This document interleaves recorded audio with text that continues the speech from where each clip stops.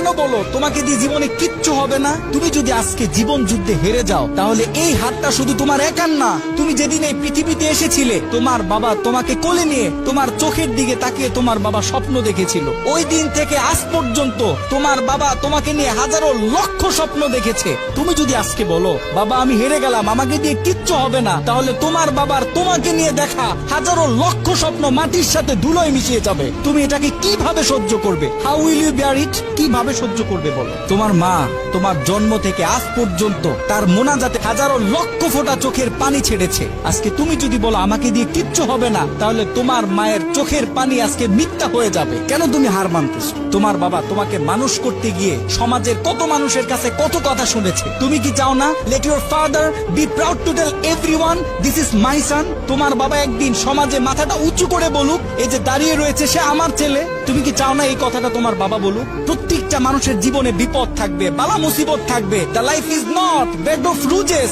এই পৃথিবীটা ফুল বিছানো কোনো বিছানা নয়। এখানে প্রত্যেকটা মানুষকে সংগ্রাম করতে হয়, লড়াই করতে হয়, বারবার পড়ে যাওয়ার পরেও আবার দাঁড়াইতে হয়। জীবন যুদ্ধে হার মানলে চলে না। তুমি যখন বেশি বিপদে পড়ে যাবে, তোমার চতুর্দিক যখন অন্ধকার হয়ে যাবে, তোমার জন্য সব দরজা যখন বন্ধ হয়ে যাবে, তুমি যখন ডিপ্রেশনে পড়ে যাবে, জাস্ট ক্লোজ ইওর আইস, চোখটাকে বন্ধ করো।